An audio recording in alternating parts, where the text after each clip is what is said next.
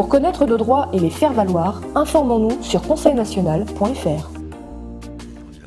Mentir sur la pandémie, mentir sur les vrais faux vaccins, mentir sur la guerre en Ukraine, mentir sur l'identité de la première dame, ou plutôt du deuxième homme, c'est une cellule de crise qu'il faut à l'Élysée avec comme appellation la fabrique du mensonge. C'est malheureux, mais ça existe. Cabinet noir, nous verrons cela dans l'actualité en images. En attendant, bien soyez les bienvenus dans la France libre avec le Conseil national de transition français, canal historique, Philippe, Bruno et Jean-Pierre ce soir pour la chronique. Et vous-même, messieurs, dames, bonsoir, bienvenue. J'espère que vous avez passé un bon week-end. Bonsoir.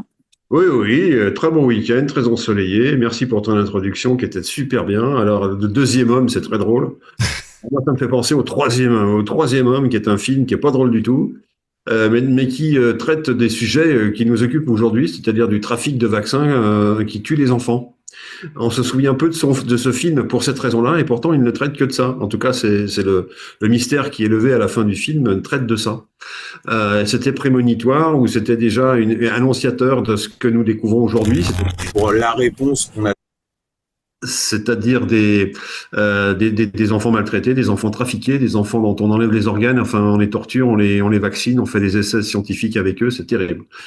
Voilà, donc c'est ce monde-là qu'on veut voir disparaître pour en voir apparaître un autre. Alors, je ne sais pas si vous avez vu comme moi les réactions des réactions concernant la rencontre de Monsieur Trump et de Monsieur Zelensky. Voilà. Donc évidemment, ça fait parler, hein, comme on dit, ça fait parler dans le landerneau.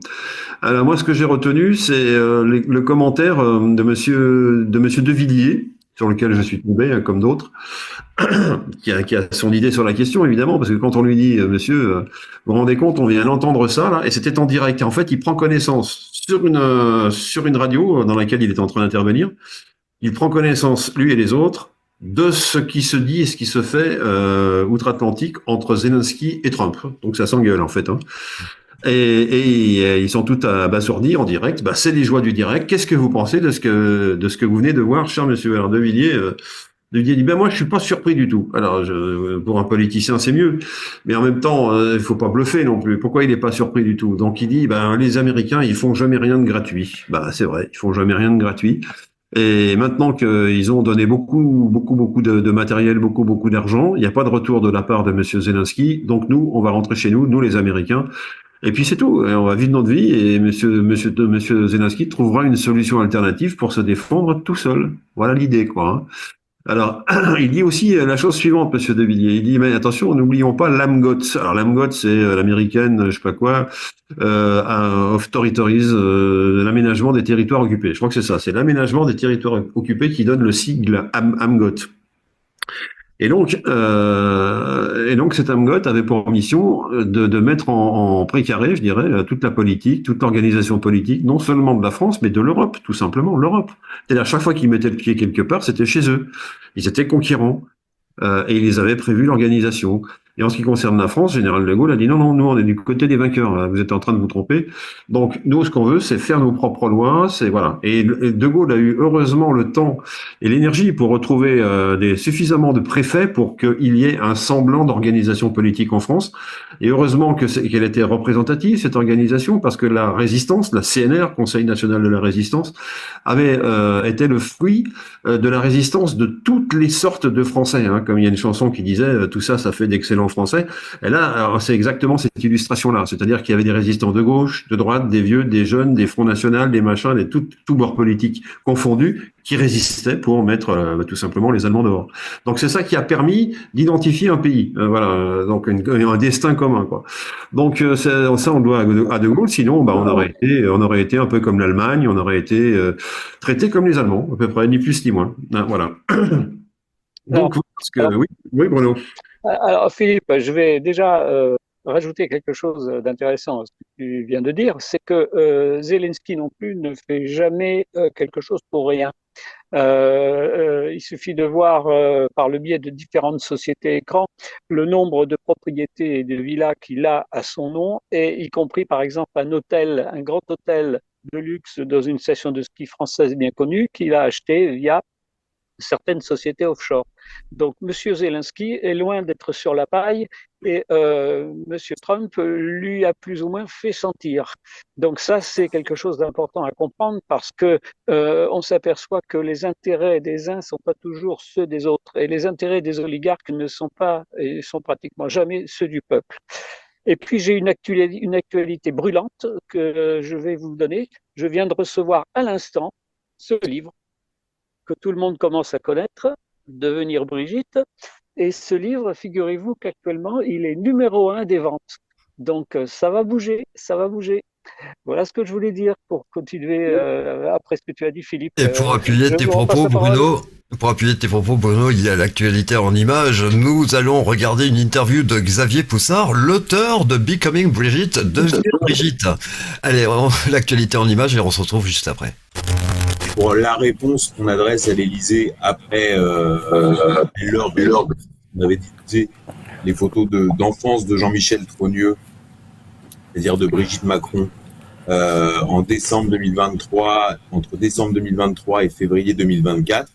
Donc on a vu leur réponse, qui a été, je dois dire, extrêmement violente, avec la mise en place dès janvier 2024 d'un cabinet noir à l'Élysée, avec le recrutement comme directeur de cabinet à la présidence de la République du préfet Patrice Faure, qui vient de la DGSE, chargé de l'affaire Jean-Michel Trogneux.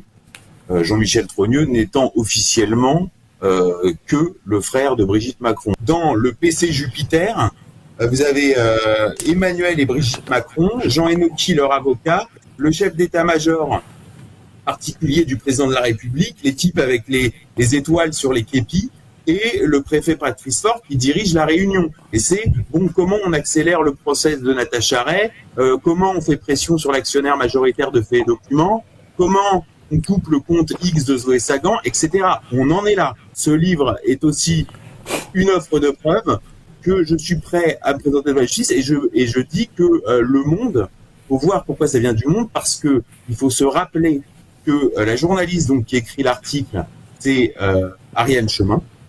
En fait, l'article est co-signé, il s'inscrit dans une série plus large sur le règne d'Emmanuel Macron et sa pratique du pouvoir. Il est signé par 3 journalistes du Monde. Ça s'appelle Le Président et son double. Et cet épisode de cette série du Monde, parce que finalement sur les Macron, tout le monde a envie de faire des séries, hein, de Candace Owen jusqu'au Monde. En fait, on ne sait pas trop par où prendre le bout. Donc on est tenté de faire une série. C'est une saga. Il y a quelque chose, on en fera plus tard, c'est ce que j'ai dit chez Candace Owen, on en fera plus tard des films.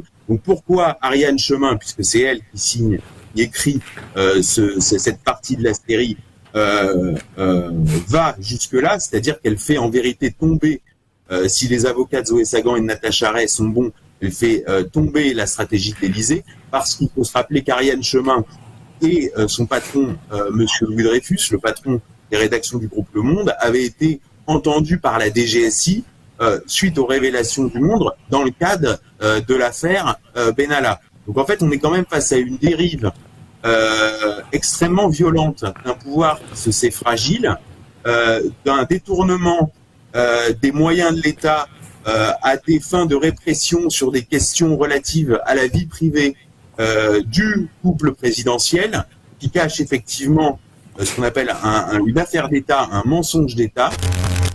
Pourquoi un cabinet noir à l'Élysée ? Tout simplement parce qu'ils sont dans le caca.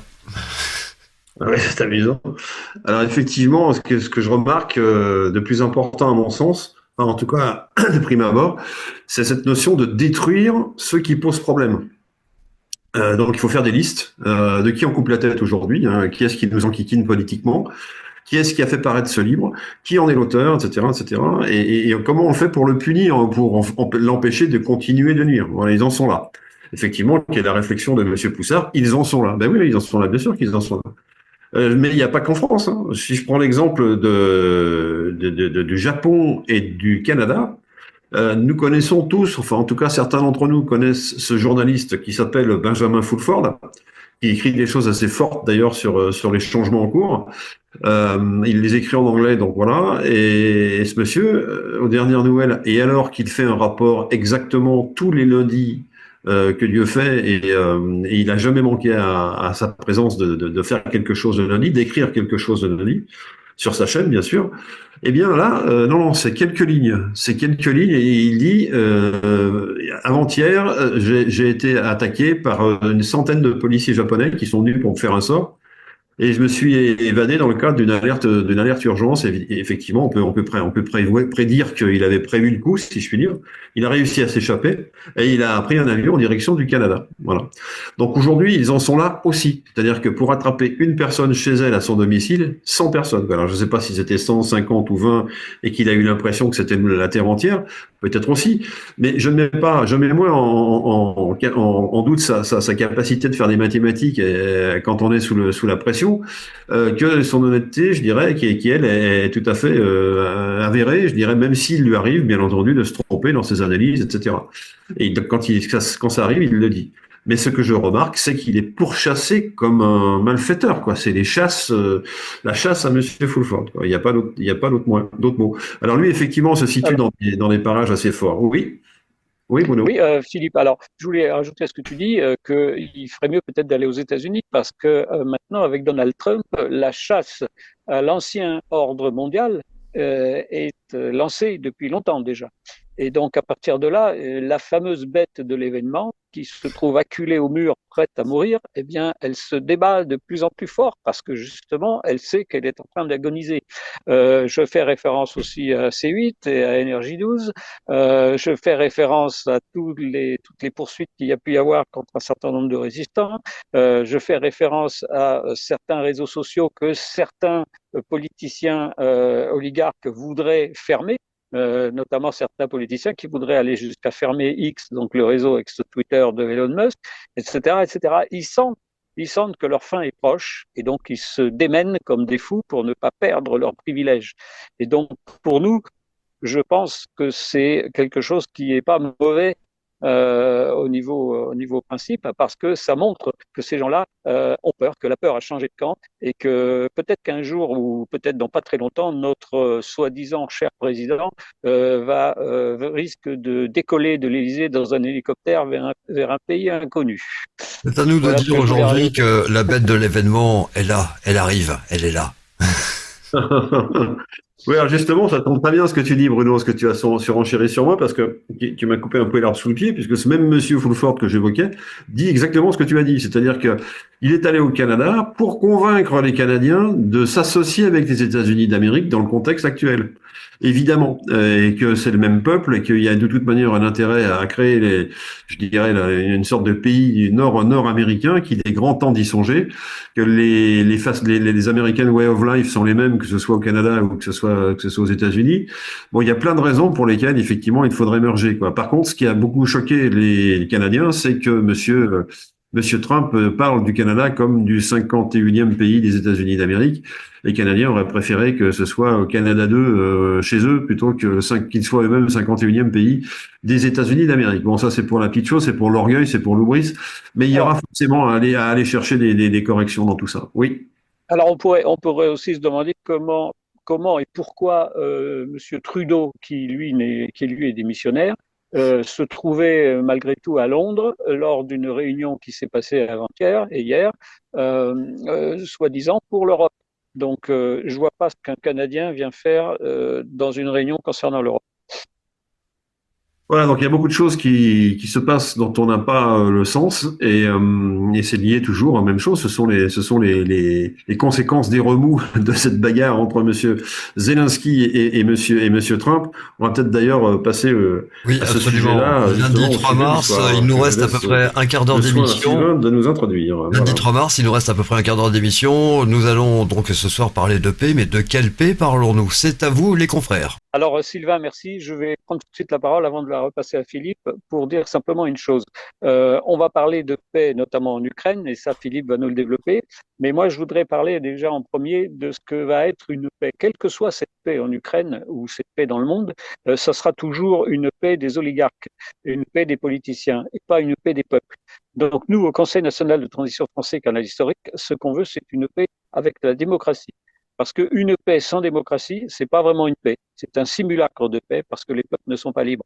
Donc, ce qu'il faut, c'est que les peuples soient libres, qu'ils décident eux-mêmes de leur avenir. On peut dire aussi que dans l'histoire du monde, en général, quand les peuples avaient la parole, ils n'ont jamais déclenché eux-mêmes des guerres. Au contraire, les peuples n'aiment pas la guerre. Ce sont les oligarques et les politiciens qui les dominent qui veulent déclencher des guerres. Et en général, eux, ils restent tranquillement dans leur bureau pendant que les soldats vont se faire tirer dessus. Donc, il faut une paix de la démocratie. Et quelle que soit la paix qu'on va avoir en Ukraine, malheureusement, ça ne sera pas encore une paix démocrate. C'est donc au peuple de bouger, que ce soit en Europe ou dans le monde, pour qu'on ait enfin une paix où les peuples auront non seulement droit à la parole, mais ce sera eux qui décideront. Voilà ce que je voulais dire avant de te repasser la parole, Philippe. Oui, oui, tu fais bien d'associer la paix avec la démocratie et la guerre avec l'oligarchie. Je crois que ça va dans ce sens-là. Les peuples n'ayant que pas grand-chose à dire. Alors selon qu'on est dans un régime de conscription, on leur envoie un courrier, ils sont priés de partir à la guerre, ou dans un régime différent qui est celui où on est avec une armée professionnelle, où les bombes tombent plus facilement chez les civils que chez les militaires. Donc c'est toujours les civils, c'est-à-dire vous et moi, qui subissons les conséquences d'une guerre, et c'est jamais ceux qui l'ont instigé, qui l'ont mise en route, ou ceux qui l'ont maintenue. Oui, voilà. Alors d'ailleurs, Philippe, l'autre jour, quand il y a eu le clash entre Zelensky et Trump, on a eu le vice-président Vance qui a dit carrément à Zelensky, qui lui a reproché de continuer à enrôler de force des gens de son peuple pour aller à la guerre. Alors là où M. Trump a été très fort, c'est qu'en disant à Zelensky, toi tu es du côté de la guerre, moi je suis du côté de la paix.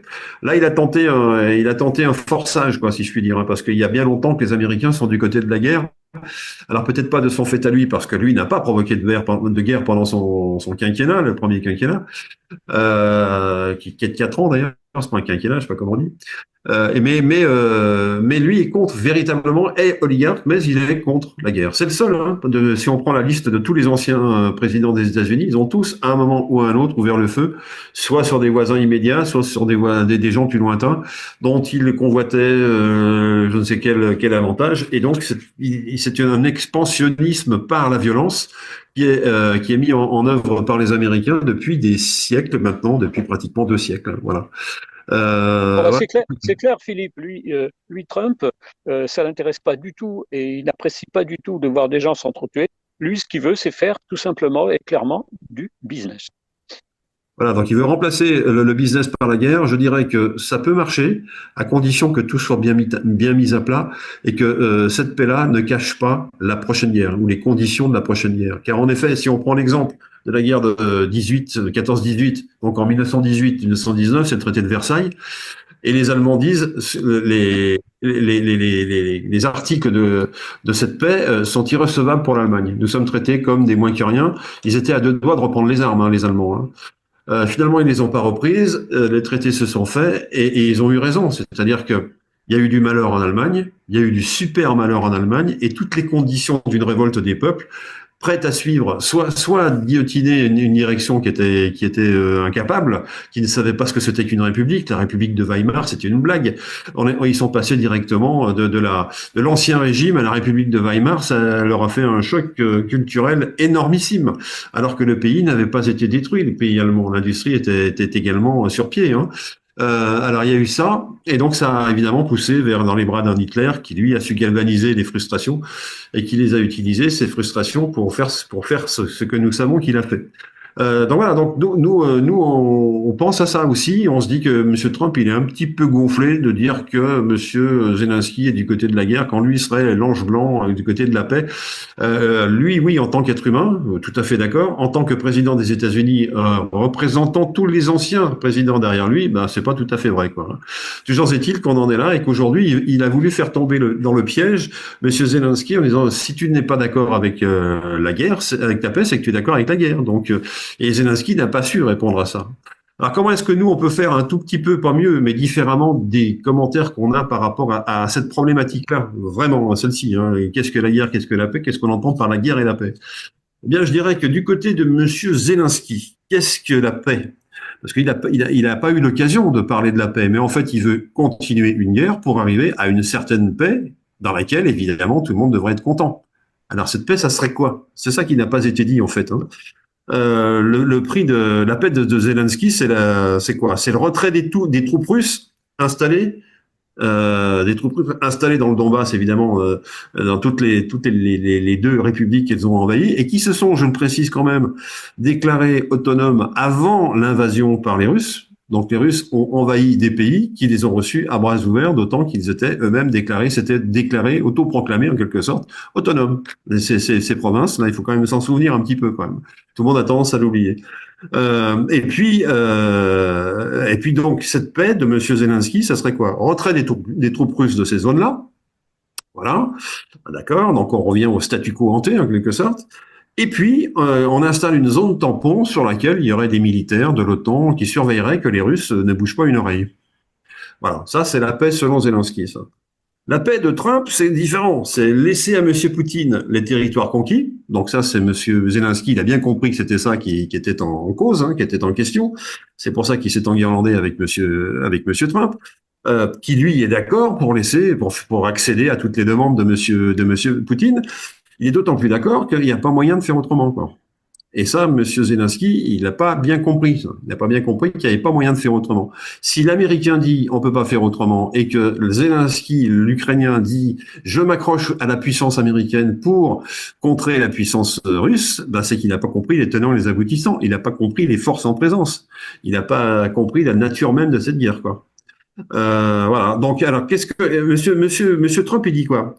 Laisser à Monsieur Poutine les territoires conquis et lui reconnaître un accès aux mers chaudes. Alors les mers chaudes, je ne vais pas vous dire ce que c'est la mer Noire, donc en l'occurrence, et puis le Marmara, donc la partie Marmara, dans laquelle les bateaux russes ont vocation à passer soit en territoire qui leur appartient, soit en territoire où il n'y a pas de guerre. Ils ne se feront pas tirer dessus, quoi. Voilà.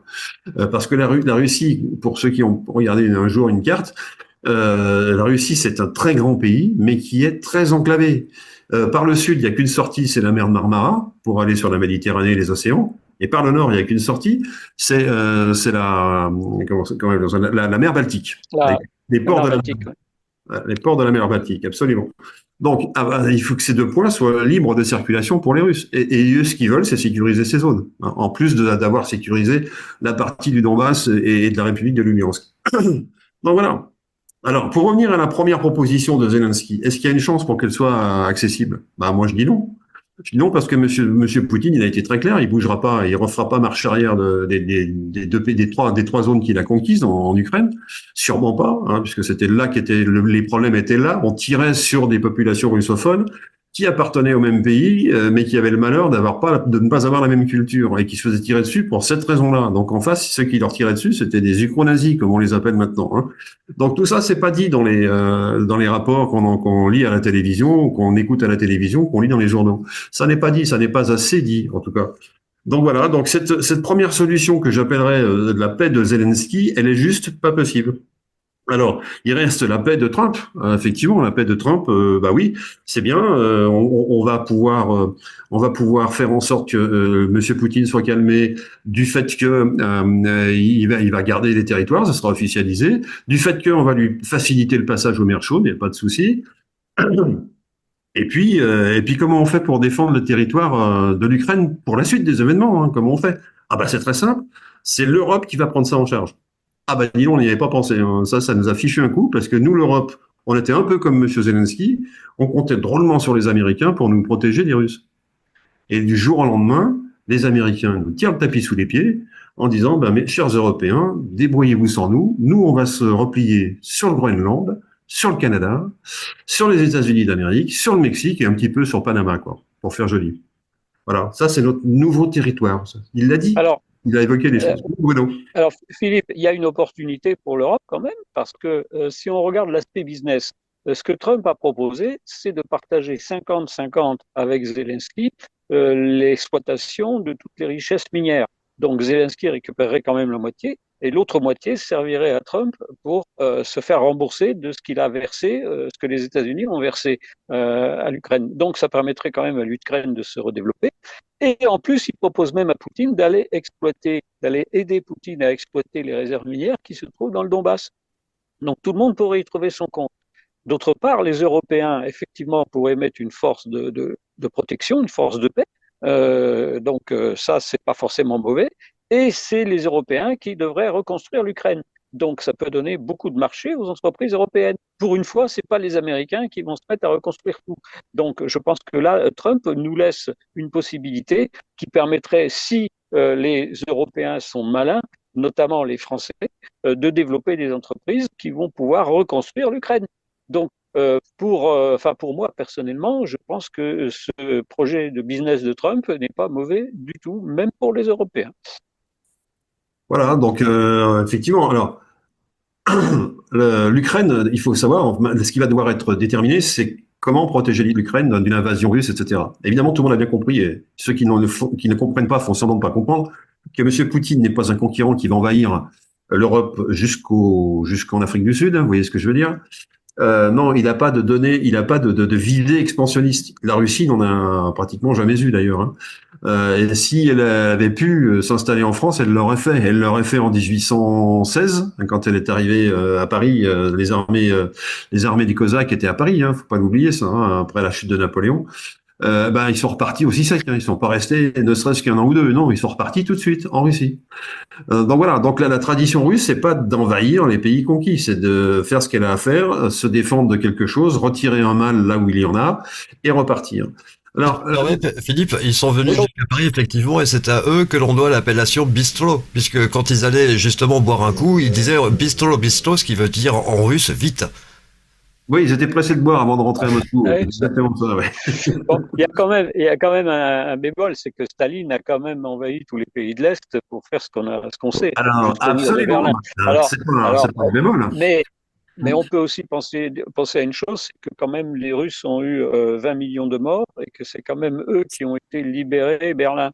Donc, c'était une contrepartie que les Américains ont dû accepter. Absolument, et donc ils ont fait un glacis, le glacis de l'Est, de l'Europe de l'Est, qui a servi effectivement de no man's land à ne pas franchir avec un char, sinon boum.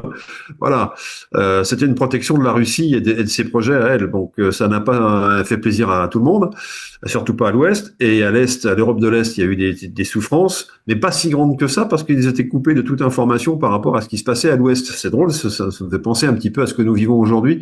On est un peu coupé de toutes les informations en tout. Nous. C'est pas forcément à l'ouest, mais aussi à l'est. Oui, Renaud, tu veux rajouter, non? Non? Non, j'ai mis un pouce en l'air, hein, parce que je trouve que c'est une bonne idée. Voilà, donc ça c'était Staline effectivement l'ancien temps, mais dans le nouveau temps, Monsieur Poutine il dit ce qu'il veut et il veut ce qu'il dit, comme dirait l'autre. Hein. C'est-à-dire qu'il dit voilà, je veux ça, cette partie-là, je veux pouvoir accéder aux mers chaudes, et puis je veux pas de cordon sanitaire militaire sous mes fenêtres. Hein, voilà. Donc il va falloir négocier avec ça. Et ça, il n'y a que Monsieur Poutine qui peut négocier. Monsieur Poutine, il va revenir vers les Européens en disant voilà ce qu'on a décidé avec Monsieur Trump et Monsieur Poutine. Alors voilà, Monsieur Trump a décidé aussi, hein.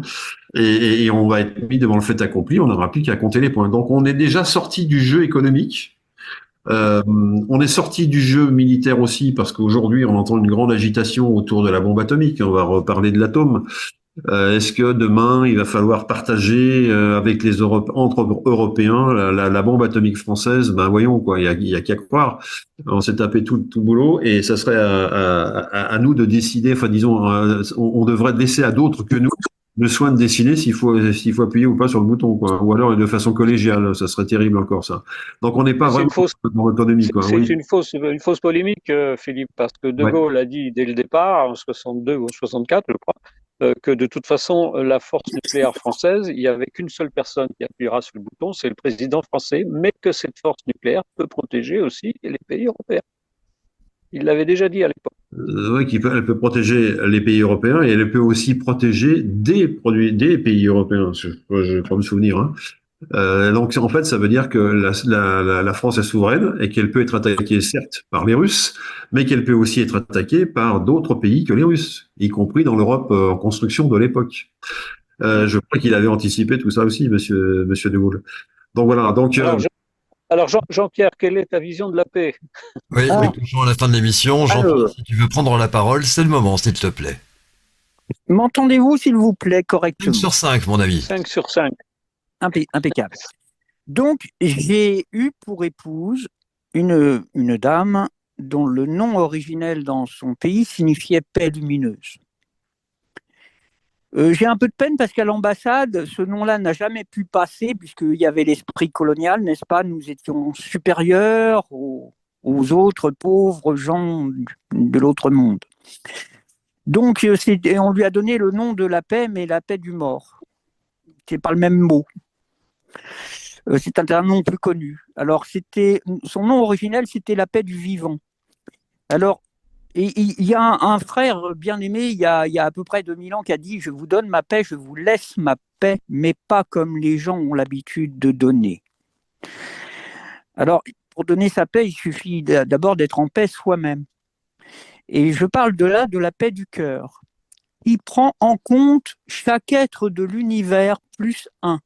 Je dis chaque être de l'univers, sachant qu'une particule atomique ou subatomique est déjà un être. Tout ce qui est un être. Donc plus un, plus l'univers, plus le principe créateur de l'univers. Et cette paix-là, elle est immuable, quoi qu'en fassent les hommes. Les hommes font à leur guise, la paix de l'univers subsiste. Alors je m'invite et je vous invite à s'accorder à la paix universelle, à la seule paix qui soit réellement une paix, la paix du principe créateur, mâle et femelle à la fois, et terrestre en même temps, terrestre. Hein. Le mot de Dieu, par exemple, commence par la 4e lettre de l'alphabet français qui signifie la concrétude, le D de la concrétude. Alors merci de vivre en paix et d'accueillir cette paix dans votre cœur et autour de vous.